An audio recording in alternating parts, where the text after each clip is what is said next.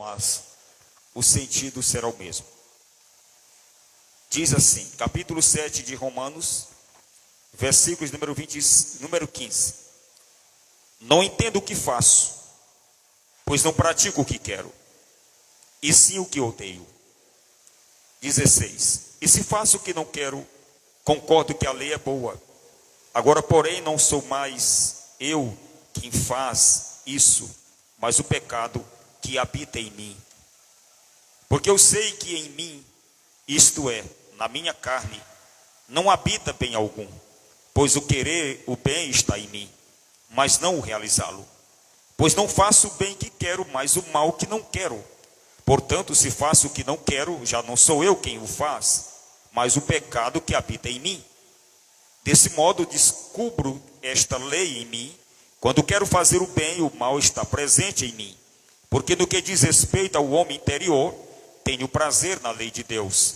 Mas vejo nos membros do meu corpo outra lei, guerreando contra a lei da minha mente e me fazendo escravo da lei do pecado, que está nos membros do meu corpo. Desgraçado homem que sou, quem me livrará do corpo desta morte? Graças a Deus por Jesus Cristo, nosso Senhor. Desse modo, com a mente eu mesmo sirvo a lei de Deus, mas com a carne a lei do pecado. Glória a Deus, louvado seja Deus. Paulo não está dizendo que vive em função do pecado.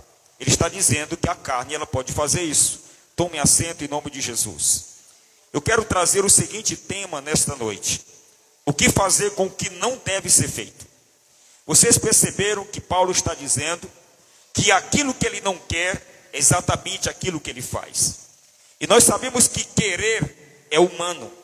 Querer o que é mal é próprio da natureza adâmica do velho homem, ainda presente nos nossos impulsos, mas querer o que é bom é próprio da graça de Deus. Por esta razão, Paulo, quando escreve aos Gálatas, exatamente no capítulo 5, versículo de número 16, Gálatas, capítulo 5, e versículo de número 16 até o 18, ele vai dizer o seguinte: mas eu afirmo, andai pelo Espírito e nunca satisfareis os desejos da carne. Porque os desejos da carne é uma satisfação. Os desejos da carne são prazerosos. Porque a carne luta contra o Espírito e o Espírito contra a carne. Eles se opõem um ao outro de modo que não conseguis fazer o que quereis. Então o Espírito de Deus não quer de maneira alguma que o que é da carne governe os nossos sentimentos, governe a nossa mente. Mas se sois guiados pelo Espírito, já não estáis debaixo da lei. É o que o texto está dizendo. Então o texto bíblico diz, a palavra de Deus diz que temos que ser guiados pelo Espírito de Deus. Louvado seja o nome do Senhor, bendito seja Deus, aleluia. Então, amados, nós temos algo dentro de nós que Deus não tirou, e que está na vida de todas as pessoas, sejam elas crentes ou não. Isto é, a vontade.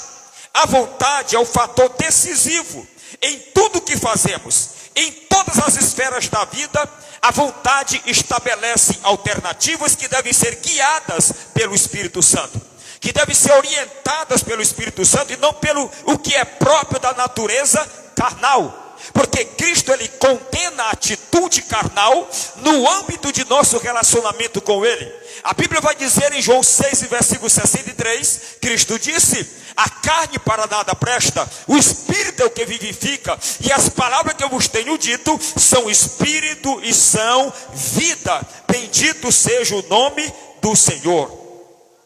Aí o apóstolo Paulo agora vai tratar desse assunto, e ele vai dizer: porque eu sei que em mim, isto é, na minha carne, não habita bem algum, pois o querer o bem está em mim, mas não o realizá-lo.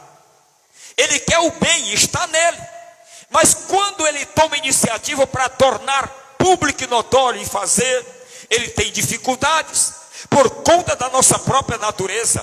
Então o que deve fazer cada um de nós, no processo de uma restauração? Examinar-se a si mesmo. Examinar-se a si mesmo, quais sejam as necessidades que precisam de reparos na nossa vida com Deus, na nossa vida com Cristo Jesus, o nosso Senhor. dentro dessa perspectiva, o versículo 15 vai estar escrito: não entendo o que faço, pois não pratico o que quero, e sim o que odeio. Isso aqui parece um paradoxo, é uma complexidade humana. Paulo está dizendo que é uma batalha interna que nós enfrentamos.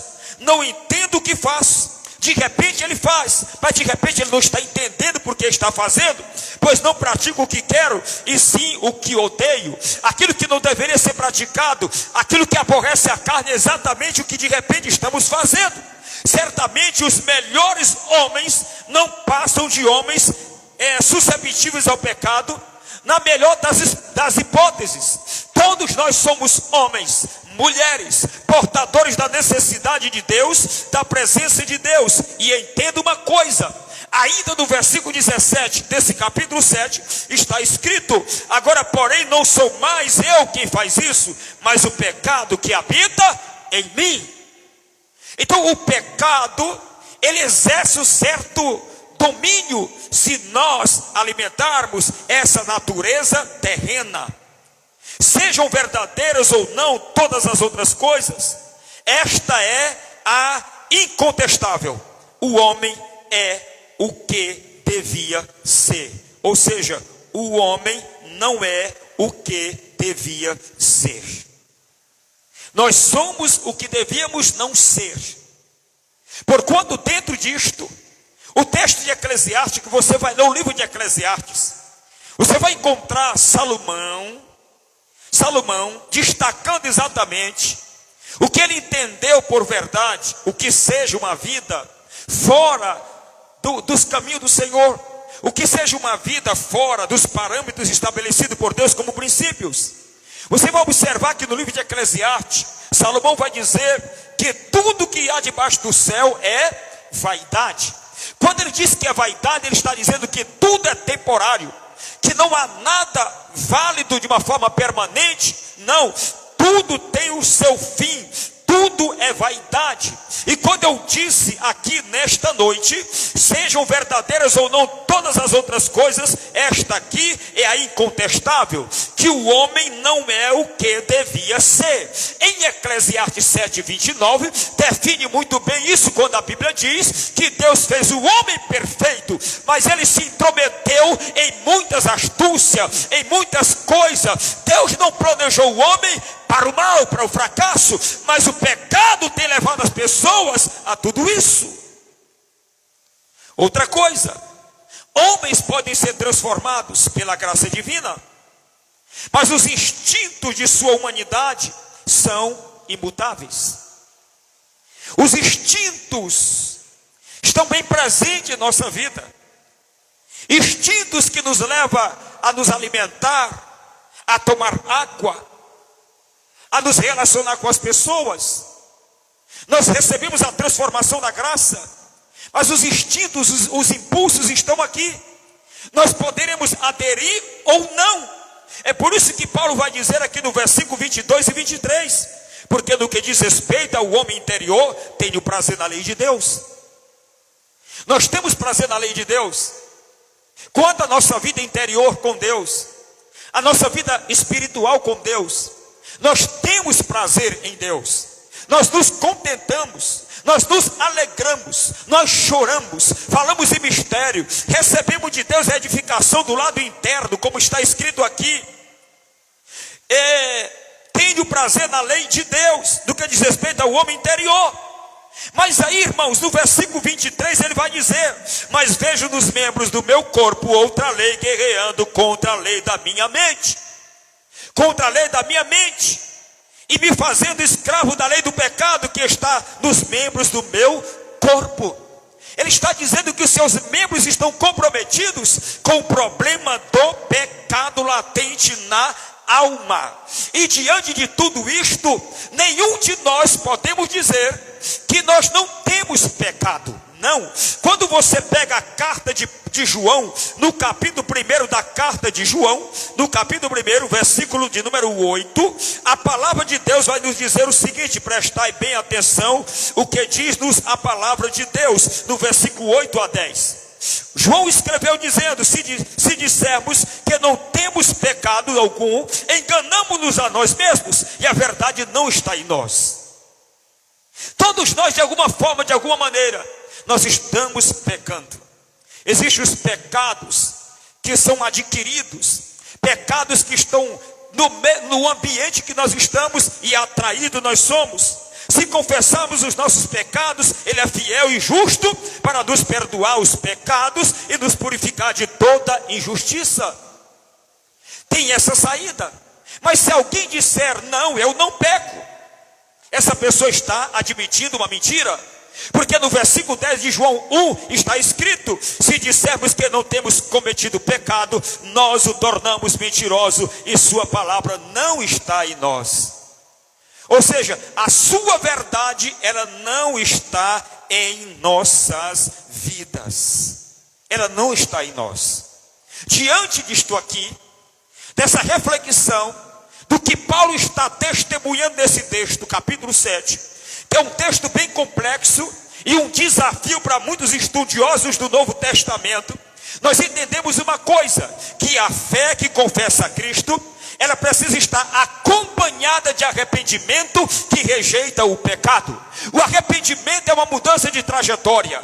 O arrependimento é uma mudança completa da mente diante dos valores da vida que estão na pessoa de Cristo Jesus, o nosso Senhor. Amém? Em 2 versículos ainda desse capítulo 7, o versículo 19 e 20, que não foi explorado aqui.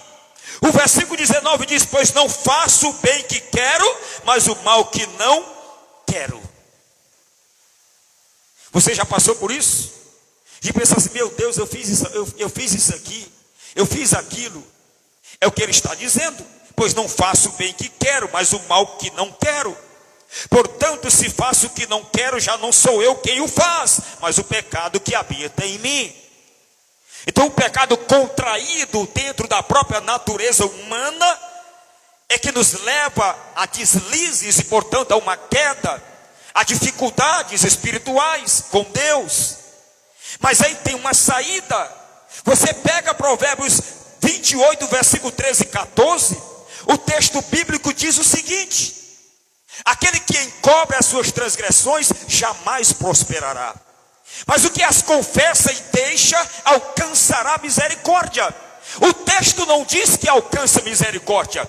O texto diz que alcançará misericórdia. Por quê? Porque para a restauração existe algo chamado de tempo. Se você vai restaurar uma casa, você não restaura ela no passe de mágica, no clicar de dedo. Requer tempo para ela ser restaurada. Por semelhante modo também requer tempo para a nossa vida ser restaurada. Jejum, oração, consagração, devoção, louvor, adoração a Deus, leitura da palavra, aplicação na vida diária. E tudo isso vai polindo, vai purificando, moldando e transformando e nos tornando alegres na presença de Deus. Porém, nesse mesmo texto de Provérbios, embora o texto diz no versículo 20, Provérbios 28, versículo 13, o 13 diz: o que encobre as suas transgressões jamais prosperará, mas o que as confessa e deixa alcançará misericórdia. No versículo de número 14, o texto diz: bem-aventurado é aquele que continuamente teme ao Senhor. Mas o que endurece o seu coração virá a cair no mal. É o coração resistente que pode levar a pessoa a ter problemas outra vez com o pecado. E essa restauração, ela começa com o temor de Deus. Amém? A restauração, ela começa com o temor de Deus. Então eu tenho o temor de Deus, e eu entendo que só mesmo eu me sujeitando a esse temor, eu consigo a minha restauração. De maneira que a restauração começa colocando fim, fazendo começo e completando metades, restituindo as coisas. E tudo começa por aqui. Efésios 4, 23 diz o texto: e vos renoveis no espírito da vossa mente. Aleluia. O crente precisa ter uma mente sempre renovada para a glória do nome do Senhor, porque a renovação da vontade pelo Espírito não nos isenta também da realidade da luta contra a carne. Não me tira desse combate, não me tira desse conflito. Eu preciso continuar combatendo, embora sigo eu a vontade do Espírito, mas eu preciso me render ao Espírito de Deus para ter força suficiente e lutar contra os problemas da carne. Isto sim, Romanos capítulo 12, versículo 1, o apóstolo Paulo vai dizer o seguinte: rogo-vos, irmãos, pela compaixão de Deus, que apresentei os vossos corpos em sacrifício vivo, santo e agradável a Deus, que é o vosso culto racional. Esse corpo em sacrifício por meio de jejum, de oração, de renúncia, de colocar em ordem aquilo que é prioridade para Deus, de crucificar a carne, bendito seja o nome do Senhor. Aí você pega 1 Tessalonicenses 5:23, aponta para qual fim é tudo isso. O texto diz o seguinte: que nós precisamos conservar íntegro o nosso espírito, alma e corpo até a vinda de nosso Senhor Jesus Cristo. E o próprio Deus e Pai vos santifique completamente, e o vosso espírito, alma e corpo sejam mantidos plenamente irrepreensíveis para a vinda de nosso Senhor Jesus Cristo. Essa vida nossa, ela é tridimensional. Nós somos em 3 dimensões. O texto diz que temos que ter o cuidado com o espírito, a alma e o corpo, conservados íntegros para o dia da volta de Jesus. Quem é que espera a volta de Jesus? Dê glória para Deus. Aleluia. Então, amados, cuidar da alma é manter o corpo em pé, as forças renovadas e o espírito vivo. Repita comigo: cuidar da alma é manter o corpo em pé, as forças renovadas e o espírito vivo. Aleluia.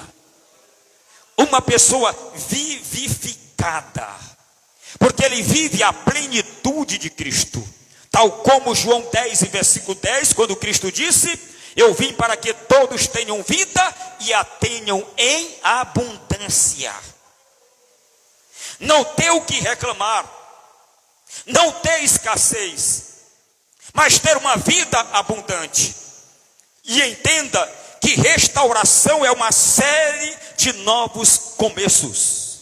Repito, restauração é uma série de novos começos. Quando você lê o Salmo 51, você vai encontrar Davi se apegando a Deus em busca de novos começos. Ele quer ter novos começos. No Salmo 51, no verso 12, ele vai dizer: cria em mim, ó Deus, um coração puro, e renova dentro de mim o espírito inabalável, o espírito reto. Aleluia. Põe nos meus lábios um novo cântico. Aleluia. Torna a dar-me a alegria da tua salvação, porque restauração é uma série de novos começos. Ele quer começar tudo de novo. Isto é o caminho para a restauração. E o tema desta noite é o que fazer com o que não deve ser feito. Primeiro passo: submeta a sua consciência a Deus. Submeta a sua consciência a Deus. Porque a consciência, nós entendemos que é o julgamento que o homem faz de si mesmo. O tribunal da consciência que você tem, é você que faz o julgamento de você mesmo, de acordo com o julgamento de Deus a respeito dele, a respeito do próprio Deus. Então você pega a Bíblia em Efésios 6:10, o texto bíblico diz como que fosse uma palavra urgente, como se fosse uma palavra de ordem, o mais urgente possível. E o texto ali vai dizer: fortalecei-vos no Senhor e na força de seu poder. E aí onde acontece a restauração, é você buscar em Deus o que pode completar a tua vida, é você encontrar no Senhor o que pode preencher as lacunas, é você encontrar no Senhor quem pode restaurar restaurar as tuas feridas e dar a você um novo cântico e uma vitória certa no nome de Jesus. Amém? Vamos louvar o nome do Senhor Jesus Cristo com mais uma canção. Em nome de Jesus Cristo Todo-Poderoso, Aleluia. E aqui eu encerro esta ministração no nome de Jesus. E nós vamos cantar e louvar a Deus agora em nome de Jesus.